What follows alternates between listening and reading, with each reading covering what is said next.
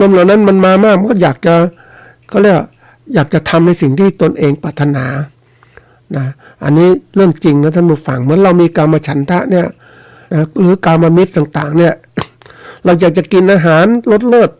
เราก็ไปกินอาหารเพราะว่ามันก็ปรุงแต่งในจิตของเราจะเป็นอาหารไปกินอาหารที่นี่รสเลิศดีที่สุดอย่างเนี้ย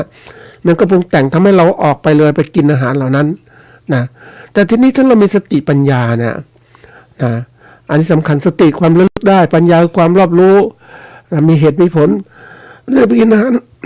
มันก็ทำให้เรารู้อารมณ์ให้พิจารณาอารมณ์ดิที่มันจะเป็นยังพาไปกินอาหารเหล่านั้นมันก็หยุดไปกินทำไมก็เหมือนกันอย่างไปกินอาหารรสก็มันก็แค่ปรุงแต่งเท่านั้นมันก็ประกอบด้วยอะไรธาตุอาหารอยู่แล้วเหมือนกันนะวันนั้นบางทีจะไปกินทำไมเหมือนเอาง่ายๆทำมาฟังก๋วยเตี๋ยวรสเด็ดอย่างเงี้ยสมมตินะก็ก๋วยเตี๋ยวก็มีเส้นมีอะไรอย่างนี้มันก็ต้องก็ทำไมมันก็มีเส้นมีอะไรเหมือนกันมีน้ำเหมือนกันแต่มันที่มันมีรสเด็ดที่มันถามว่าไปจ่ายแพงๆจะไปเสพมันทำไมมันก็ไม่มีคุณค่าอะไรมันแค่ปรุงแต่งในการกินเท่านั้นเองฉะนั้นหยุดได้ใช่ไหมหยุดได้ก็หยุดสิสติปัญญามันหยุดมันรู้แล้วก็หยุดนะหยุดได้ทำให้ลมเป็นกลางคือแทนที่ปรุงอารมณ์ปรุงแต่งก็หยุดได้เหมือนตัวอย่างเช่นเทศกาลบันเทิงต่างๆมีดนตรีร้องต่างๆทั้งหมดเลยโอ้มีดนตรีมีนักร้องมากมาปรุงแต่งทำให้ลมเราคึกเหิมต่างๆแสดงสัญชาตญาณเดิมออกมาในการที่ไม่มีสติปัญญามันก็ไหลไปตามอารมณ์นั้นแหละมันก็เพลิดเพลินเต้นไปเหมือนกับเขาเรียกถ้าเรามานั่งดูท่านผู้ฟังมันมีสติปัญญาหยุดนิ่งซะก่อนมาดูคนที่เต้นนู่นเต้นนี่มันเหมือนอะไรเราก็รู้ได้มันนี่คือสิ่งสำคัญที่สุดการทำการพวกสิ่งเหล่านี้จะเกิดขึ้นได้ก็มีพลังจิตเนี่ยมันหยุดยั้งเราได้จริงๆถ้าไม่มีพลังเนี่ยมันเหมือนมันเป็นจริงมันเป็นเบรกนะท่านผู้ฟังเหมือนเราขับรถยนต์นะท่านผู้ฟังว่ารถยนต์ตัวสำคัญที่สุดอันนี้เคยไปเรียนวิชานี้นะในการรถยนต์เคลื่อนที่เนี่ยนะคนก็มองเครื่องยนต์อะไรต่างๆเหล่านี้สำคัญมากเลยพวกนี้สำคัญแต่สำคัญสุดคืออะไรรู้ไหมเบรกนะมันวิ่งได้ต้องมีเบรกทำให้เราปลอดภัยเพราะนั้นกำลังของเบรกนี่สำคัญมากเลยกำลังรถก็วิ่งไปแต่กำลังของเบรกเพื่อการหยุดนะนี่สำคัญมันหยุดได้อย่างไรเหมือนสตินะสติปัญญาถ้าเรามันเหมือนเบรกมันหยุดยั้งอารมณ์อื่นๆได้อันนี้ตัวสำคัญนะถ้าเราฝึกสมาธิเนี่ยเราได้พลังจิตก็ไปใช้แค่นี้ได้สบายแล้วนะทำให้จิตเป็นกลางไม่ไหลไปตามกระแสอารมณ์ที่ปรุงแต่งหยุดการคิดต่างๆได้มากขึ้นคำว่าเป็นกลางคือหมายว่ามีเหตุมีผลไม่ไหลไปตามอคติต่างๆที่พาไปเราเลี้ยงจิตของเราให้ดีเนี่ยบอกคนเรามันมีกายกับจิตเนาะก็แค่นั้นแหละนะทีนี้เราดูแลให้มันดีปุ๊บก็เรียกจิตเบากายก็เบาเนี่ยจิตสุขกายก็สุขถ้าเรารู้ได้ให้เป็นนะท่านผู้ฟังจัดการชีวิตให้เป็นก็จะเป็นสุขได้อันนี้สำคัญมากแค่คำนี้นะทวนอีกครั้งบริกรรมทำให้จิตเป็นหนึ่งจิตเป็นหนึ่งทำให้เกิดความสงบทำให้จิตมีพลังจิตมีพลังทำให้มีสติระลึกรู้นะมีสติระลึกรู้ทำให้เกิดสติปัญญามีสติปัญญาทำให้รู้เท่าทันอารมณ์รู้เท่าทันอารมณ์ทำให้จิตเป็นกลางก็ฝากท่านผู้ฟังทีนี้โดยเกิดขึ้นในปกติแล้วเนี่ยจิตเรามีเขาเรียกสมาธิธรรมชาติอยู่แล้วแต่มันไม่พอการฝึกสมาธิเพิ่มขึ้นเนี่ยช่วยเสริมสร้างให้จิตมีกำลังมีพลังจิตให้กับตนเองบุคคลมีพลังจิตมากมีสมาธิมากก็จะทำงานได้มีประสิทธิภาพสูงขึ้นหากเราขาดพลังจิตหรือมีสมาธิสั้นการทำงานหรือการเรียนที่จะทำนะก็จะไม่ประสบความสำเร็จนะเท่าที่ควรหากขาดพลังจิตมากเกินไปก็อาจจะเกิดมีปัญหากระทบต่อระบบประสาทและสมองได้ในโลกปัจจุบันเนี่ยเขาบอกว่าคนเราเห็นความสำคัญและประโยชน์ของการออกกำลังกายว่าออกกำลังกายเพื่อให้ร่างกายแข็งแรงไว้โรคภัยไข้เจ็บนะจะไม่บิดเบียน การทำสมาธิก็เช่นกันเปรียบเสมือนการออกกำลังจิตกำลังใจของเราน่ะทำให้เมื่อทำสมาธิมากขึ้นโดยอาศัยคำบริกรรมจิตก็จะเกิดความเพ่งอารมณ์เครื่องเศร้าหมองต่างๆในจิตก็จะหายไปนะความสงบนิ่งจะตามมาจิตรวมเป็นหนึ่งสมาธิจะเกิดนะในที่สุดพลังจิตก็จะก่อตัวสะสมมากขึ้นความมุ่งหมายของผู้ปฏิบัติสมาธิยิ่งปฏิบัติสมาธิเป็นประจำสม่ำเสมอพลังจิตจะยิ่งกล้าแข็งขึ้นส่งผลให้จิตใจแข็งแกร่งมีสติปัญญาเกิดมีพลังต่อสู้อุปสรรคต่างๆที่จะเข้ามาในชีวิตรวมทั้งควบคุมความเครียดได้ดียิ่งขึ้นเห็นโลกตามความจริงไม่มองโลกด้วยอารมณ์หรือด้วยความขุ่นมัวในใจเสมือนท้องฟ้าใสไร้เมฆหมอกใดๆมาขัดขวางมีความเป็นตัวของตนเองรู้จักใช้สติปัญญามีความรอบคอบไม่หลงเชื่อใครง่ายๆการฝึกทำสมาธิอย่างสม่ำเสมอจากที่เคยดื้อรั้นหรือเรียนมีปัญหาก็จะกลายเป็นเด็กเรียนดีมีความรับผิดชอบสูงอารมณ์ดีชวนาจิตปลอดโปร่งมีสติปัญญารู้จักกตัญญูกตเวทีกิริยาสุภาพอ่อนโยนมีความเมตตาต่อผู้อื่นและสัตว์ประโยชน์ของสมาธิเนี่ยก็มีมากมายหลวงพ่อวิริยังท่านได้กล่าวถึงประโยชน์ของสมาธิไว้12ข้อคือ 1. ทำให้หลับสบายคลายกังวลนะ 2. กำจัดโรคภัยไข้เจ็บ 3. ทำให้สมองปัญญาดี 4. ทำให้มีความรอบคอบ 5. ทำให้ระงับความร้ายกาจ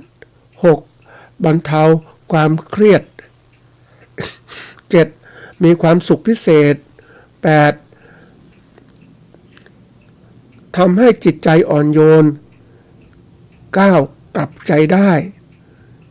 10. เวลาสิ้นลมพบทางดี 11. เจริญวาสนาบารมี 12. เป็นกุศลนอกจากผู้ปฏิบัติสมาธิเป็นประจำจะบังเกิดประโยชน์ต่างๆกับตนเองนะก็ยังส่งผลให้ผู้ปฏิบัติสมาธิเป็นคนที่มีเหตุผลมีความรับผิดชอบสูงมีเมตตาเพิ่มขึ้นนะต้องการช่วยเหลือผู้อื่นให้พ้นทุกข์มีความปรารถนาดีต่อผู้อื่นส่งผลให้สังคมเกิดความสามัคคีมีความเป็นเอกภาพเป็นน้ำหนึ่งใจเดียวกันสิ่งเหล่านี้หากเกิดขึ้นในสังคมใดสังคมนั้นก็จะมีแต่ความสุขความเจริญผู้คนอยู่ด้วยกันอย่างสันติสุขไม่มีความแตกแยกขัดแย้งนะดังที่หลวงพ่อได้ยังได้กล่าวสัมภาษณ์ไว้ว่านะโอ้โหสมาธิที่ได้มันเหลือเกินคิดได้ว่าพระพุทธศาสนามีคุณใหญ่หลวงขนาดนี้เชียวหรือนี่เกิดจากพลังจิตเพราะเมื่อคนเราได้พลังจิตตัวสำคัญที่ตามที่ได้โดยไม่คาดคิดคือ 1. ความรับผิดชอบสูง 2. ความมีเหตุผล 3. มีเมตตาคนที่ทำสมาธิได้กำไรมากแต่การที่จะให้ได้ผลมันก็ต้องมีระบบนะอันนี้หลวงพ่อได้วางระบบของการทำสมาธิ เพราะว่าหลวงพ่อได้ตั้งสถาบันพลังจิตานุภาพอันเป็นที่จะเป็นหนทางลัดหมายความว่าเดินทางสมาธิโดยเฉพาะว่าสมาธินี้จะเป็นพื้นฐานทางธรรมะทั้งปวงถ้าหากว่าขาดสมาธิไปแล้วนะธรรมะก็ล้มเหลวอันนี้เป็นคำที่หลวงพ่อวิยังท่านกล่าวถึงการทำสมาธิในสิ่งสำคัญที่สุดนะเพราะว่าคนเราเนี่ยถ้าเรามีสมาธิเสียก่อนนะก็จะทำให้หัวข้ออื่นตามด้วยปกติถ้าเรียงตามมรรค8ก็คือเรามุ่งมองสัมมาทิฏฐิแล้วหัวข้อสุดท้ายคือสัมมาสมาธิทั้ง8ข้อนั้นเชื่อมต่อกันโดยตรง ทีนี้เรื่องของการทำสมาธิเนี่ยเป็นเรื่องคนมองว่ามันเป็นเรื่องเล็กหรืออะไรจริงๆมันเป็นเรื่องใหญ่นะท่านผู้ฟังเพราะว่าทุกข้อในการเราจะพ้นทุกข์ต้องมีสมาธินะสมาธินะทำให้เรานั้นมีความสงบนิ่งในลมเดียวแล้วก็เวลาไปพิจารณาเรื่องราวต่างๆได้มันก็จะมีความเขาเรียกว่าเห็นแจ้งเหมือนเราเองนะท่านผู้ฟังนะเรามองภาพต่างๆถ้าสายตาเรากวัดแกว่งไปมาไม่มีความจดจ่อเราก็จะมองภาพเหล่านั้นไม่ชัดเหมือนเวลาขับรถนะเราก็มองภาพข้างทางต้นไม้ต่างๆไม่ชัดเจนแต่เราหยุดนิ่งมองก็นี่คือสำคัญก็ทำให้เรามองเห็นชัดเพราะว่าบางเรื่องราวต่างๆที่มันมีอยู่ในชีวิตของคนเราเนี่ยเรื่องอารมณ์ต่างๆที่มีอยู่มันมองไม่ชัดเมื่อมองไม่ชัดมันก็ทำให้คนเราไม่สามารถตัดสินใจที่ถูกต้องได้แต่ถ้ามองชัดเราเห็นหลักเห็นอะไรต่างๆมันครอบคลุมอะไรแต่มันจะชัดเจนเหมือนเมื่อมองชัดเจนมันก็สามารถที่จะตัดสินใจได้เหมือนเรามองสิ่งมีชีวิตเล็กๆก็ต้องมีกล้องจุลทรรศน์นะมองสิ่งต่างๆที่ไกลสายตาเรามองเราก็ใช้กล้องโทรทัศน์เพื่อช่วยความสงบการที่เราจะเห็นเหล่านั้นได้ก็ต้องมีเครื่องมือที่ว่าสมาธิเนี่ยถ้าจิตสงบเนี่ยมันเป็นเครื่องมือสำคัญเขาต้องบอกว่าสมาธิเนี่ยนะก็มีความหมายเข้ากับทำสมถะนะสมถะมีอยู่ในหลายศาสนาอยู่แล้วแต่วิปัสสนาอยู่ในศาสนาพุทธนะอันนี้เป็นสิ่งสำคัญเราต้องการสมถะเป็นพื้นฐานเพราะฉะนั้นเรื่องการฝึกตรงเนี้ยมันต้องฝึกนะทีนี้มาถึงการฝึกง่ายๆของหลวงพ่อเนี่ยนะก็คือสมาธินะสะสมพลังจิตคือทุกอย่างที่ทำเนี่ยเป็นการสะสมพลังจิตไม่ว่าการฟังธรรมเทศนาการเดินจงกรมแล้วก็นั่งสมาธิสะสมพลังจิตทีนี้หลวงพ่อ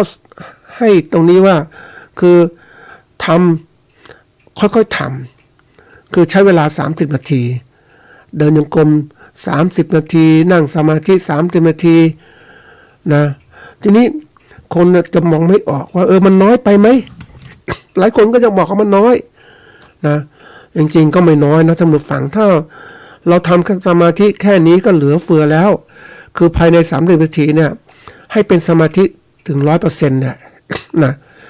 ทุกวินาทีทำให้เป็นสมาธิทั้งหมดเนี่ยมันก็จะมีพลังจิตที่มากพอละ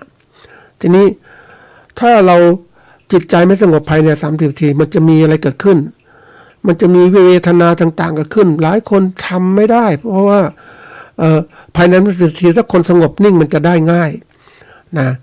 คนไม่สงบก็เกิดเวทนาต่างๆทีนี้บางที่ฝึกกันสมาธิเป็นชั่วโมง2ชั่วโมง3ชั่วโมงแล้วแต่ทีนี้ถ้าผู้ฝึกเนี่ยเจอเวทนาต่างๆเจ็บปวดเมื่อยเหนื่อยหิวก็ปุ๊บก็จะท้อถอยเมื่อท้อถอยก็ไม่สามารถจะทำสมาธิได้นะได้มากพอเพราะนั้นก็เลยเลิกทำสมาธิไม่มากก็ไม่เห็นผลก็ทำไปทำไมเลิกดีกว่านะอันนี้สำคัญมากแล้วท่านผู้ฟังสมาธิหลวงพ่อวิริยังทำก็คือสมาธิไฮเทคทำ30นาทีทีนี้บางคนทำ3นาทีมันจะมีถ้ามุ่งจริงๆนะทำสมาธินะท่านผู้ฟังถ้าเอาเวลาเป็นตัวกำหนดเนี่ย30นาทีเนี่ย ก็บอกทำสมาธิ30 นาทีแต่ไม่ใช่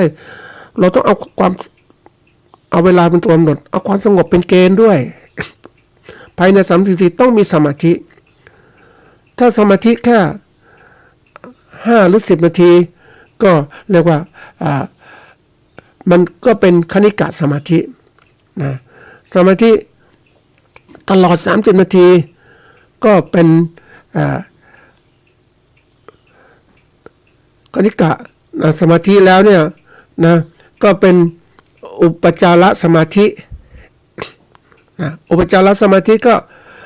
ภายในนาทีก็ถือเป็นอุปจารสมาธิถ้าเกินจาก30 นาทีสงบเกินเป็น30 นาทีขึ้น30 นาทีขึ้นไปก็เป็นอัปปนาสมาธิสมาธิที่มีความแนบแน่นนะทีนี้เราเอาแค่คณิกะสมาธินะเพื่ออะไรเพื่อที่มันก็ถึงฌาน4อยู่แล้วนะอันนี้ก็สามารถที่จะยกจิตของเราเข้าสู่วิปัสสนาได้ถ้าเรามีความทำจริงนะท่านผู้ฟังมันได้จริงๆอย่างนั้นทีนี้การสะสมเนี่ยมันต้องสะสมมากๆนะมาจุดถึงจุดพลังอำนาจก็จะมีเหตุผลมีความไม่ชอบมีเมตตาเกิดขึ้นนะมันจะรู้หมดตัวมันเองการทำสมาธิแบบง่ายๆเนี่ยก็มุ่งหวังเพื่อจะให้ผู้ปฏิบัตินะก็ตั้งใจทำได้ง่ายเพราะว่าเวทนามยังไม่เกิดนะท่าน30 นาทียังไม่มากพอปุ๊บเนี่ยผู้ปฏิบัติก็ทำได้ง่ายทำทุกวันแล้วถ้าเราทำไปเรื่อยๆต่อเนื่องไปเนี่ยมันเป็นสมาธิต่อเนื่องจริงๆมันสะสมไปเรื่อยสะสมไปเรื่อยถึงที่มันจุดที่สะสมที่จุดพลังอำนาจเสร็จแล้วเนี่ย มันก็จะสู่วิปัสสนาได้เนี่ยอันนี้สำคัญมากเลยเป็นสมาธิเหมือนก็ทำน้อยได้มากนะเพราะว่าคนเราบางทีโหมทำสมาธิ2 ชั่วโมง3 ชั่วโมงนั่งทีแล้วก็7 วันครั้งอย่างเงี้ยมันไม่พอแต่ถ้าเราทำทุกวัน30 นาทีทุกวันเช้าทุกวันเย็นแล้วแต่ทำทุกวันมาสะสมไปเรื่อยๆนี่คือสิ่งสำคัญที่สุดเป็นเทคนิคเป็นวิธีการที่หลวงพ่อเอามาสอนนะปกติหลวงพ่อฝึกมากับหลวงปู่มั่นเนี่ยนั่งกันนานทีเดียวนะหลวงพ่อเห็นแล้วว่าคนส่วนใหญ่เนี่ยทำอย่างนี้ไม่ค่อยได้ ก็เลยย่อลงมาย่อเพื่อให้ง่ายต่อความการปฏิบัติแต่เมื่อผู้ปฏิบัติได้แล้วมีความสงบก็จะเพิ่มขึ้นอาจจะนั่งเป็นชั่วโมงก็ได้นะนั่นมันเกิดความสงบแล้วนั่งได้แล้วคนส่วนใหญ่จะนั่งแล้วคิดไปเรื่อยๆท่านผู้ฟังอย่างบางคนนั่งเนี่ยเขาเอาเวลา30 นาทีบางคนนั่งคิด30 นาทีเลยคิดนู่นคิดนี่คิดนั่นนี่ไม่ใช่สมาธินะท่านผู้ฟังนั่งเฉยๆไม่พอว่าต้องจิตของเราต้องเป็นสมาธิมีอารมณ์เป็นหนึ่งตลอดนะทีนี้ถ้าถามว่าถ้าทำอย่างนี้ถ้าเป็นหนึ่งในภาย30 นาทีเนี่ยได้เป็นหนึ่งตลอดเวลาเป็นสมาธิจริงๆเนี่ยโอเคเนี่ยมันจะทำให้คนได้ผลการปฏิบัติเมื่อคนได้ผลปฏิบัติก็จะทำต่อสมาธิต่อเนื่องไปเรื่อยมันจะเพิ่มขึ้นโดยตัวอัตโนมัติเพราะเห็นผู้ปฏิบัติเห็นหนทางความสงบของจิตแล้วเนี่ยได้ผลประโยชน์ของการปฏิบัติสมาธิก็อยากจะทำต่อเป็นธรรมชาติทุกคนเมื่อได้ผลเนี่ยก็อยากทำต่อนั่นเองก็เรียกมีปิติความอิ่มใจความสุขสบายอิ่มเอิบต่างๆมีความสุขเนี่ยมีการอารมณ์อุเบกขาญาณอุเบกขาวางเฉยต่างๆรู้เข้าใจมันก็จะเกิดความสุขนะอันนี้เป็นเรื่องผลของการปฏิบัติสมาธิทีนี้ถ้าผู้สนใจเนี่ยอยากจะเรียนรู้ที่มากขึ้นอันนี้ก็ต้องเรียนที่สถาบันพลังจิตานุภาพนะใกล้ๆบ้านท่านนะหรือเรียนทางออนไลน์ก็ได้นะก็จะมีการเปิดหลักสูตรครูสมาธินะใช้เวลาเรียนประมาณ3 เดือนเรียนประมาณ6 เดือนนะก็มีทั้งภาคปฏิบัติทฤษฎีและปฏิบัตินะก็ต้องปฏิบัตินั่นแหละมีเป็นสิ่งสำคัญเรียนกันบางครั้งก็เรียนทุกวันจันทร์ถึงศุกร์บางที่ก็จะเรียนศุกร์วันที่จะเรียนเสาร์อาทิตย์ก็ท่านผู้ฟังที่สนใจอยากจะรู้จริงๆเนี่ยก็ต้องเรียนหรือปฏิบัติมันจะเกิดความเข้าใจที่แท้จริงว่าสมาธิมีคุณค่ามากที่สุด นะเป็นสิ่งที่เราเกิดมาพบศาสนาแล้ว เราก็ต้องปฏิบัติจริงๆมันประจักษ์แจ้งแก่ใจอันนี้เป็นสิ่งที่ยากที่จะกล่าวถ้าผู้สนใจจริงก็จะสัมผัสได้ก็ด้วยการเรียนนี่แหละแล้วปฏิบัติเนี่ยประจักษ์แจ้งแก่ใจด้วยตัวเองรู้ว่าธรรมะสมาธิมีคุณค่าอย่างไรนะกับตัวเองได้